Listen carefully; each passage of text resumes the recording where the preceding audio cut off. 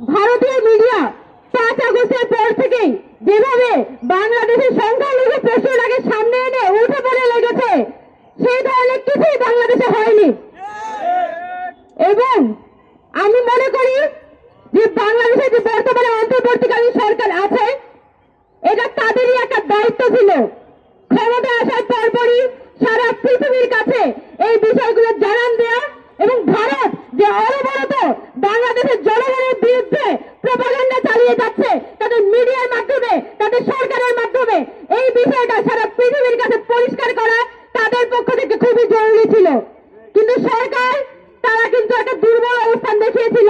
তারা বারবার ভারতকে ছাড় দিতে চাচ্ছিল। এখনো পর্যন্ত আওয়ামী লীগের যারা দেশের মধ্যে রয়ে গেছে তাদের কোনো ধরনের বিচার হয় নাই, এখনো পর্যন্ত তাদেরকে গ্রেফতার করা হয় নাই।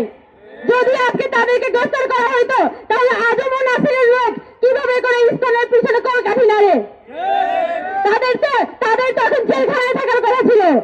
ইসকনের নেতাকে গ্রেফতারের পরবর্তী সময়ে আমরা দেখেছি তাদের দোসররা, দিল্লির দোসররা, আওয়ামী লীগের দোসররা এইটাকে ইস্যু করে এটাকে সাম্প্রদায়িক এবং সংখ্যালঘুদের উপরে একটা হামলা দেখানোর চেষ্টা করছে এবং তারা ভারতের বিভিন্ন মাধ্যমেও এইটাকে সংখ্যালঘুদের উপরে হামলা বলে জানানো হচ্ছে।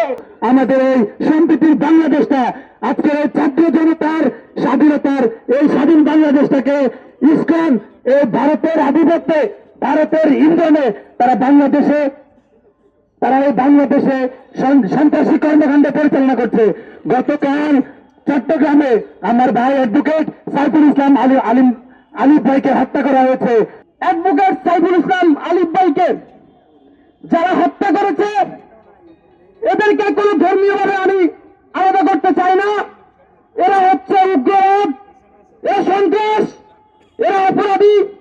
এদেরকে প্রতিহত করার জন্য বাংলাদেশের প্রত্যেকটি ধর্মের মানুষকে ঐক্যবদ্ধ হতে হবে। ইসকন একটি জঙ্গি সংগঠন। আমরা চাই এরকম একটি জঙ্গি সংগঠনকে নিষিদ্ধ ঘোষণা করা হোক। যে এই জঙ্গি সংগঠন আমাদের জুলাই আগস্টে অভ্যুত্থানে আহত শহীদ ভাই বোনদের, সহযোদ্ধাদের উপর বা আহত সহযোদ্ধাদের উপর আঘাত হানতে পারে, এরকম কোন জঙ্গি সংগঠন আমাদের দেশে কেন থাকবে? এরকম কোন জঙ্গি সংগঠন যেন আমাদের দেশে না থাকে। এই জুলাই বিপ্লবে সমস্ত পেশার, সমস্ত ধর্মের, সমস্ত বিশ্বাসের মানুষের রক্ত ঝরেছে। সমস্ত বিশ্বাসের মানুষজন এখানে আন্দোলন করেছে, রাস্তায় নেমে এসেছে। সবাই এক বাক্যে স্লোগান দিয়েছে যে আমি আমার দেশের মাটি কারোর হাতে হতে দিব না। এই স্লোগানের পর, দেশের পতাকাকে এইভাবে আঁকড়ে ধরার পর বাংলাদেশের প্রত্যেকটি মানুষ ধর্ম, বর্ণ, মত, বিশ্বাস নির্বিশেষে দেশের সার্বভৌমত্বের জন্য কাজ করে যাবে। কখনো আর কোনো ষড়যন্ত্রকে আমরা সফল হতে দিতে পারবো না, আমরা দেব না।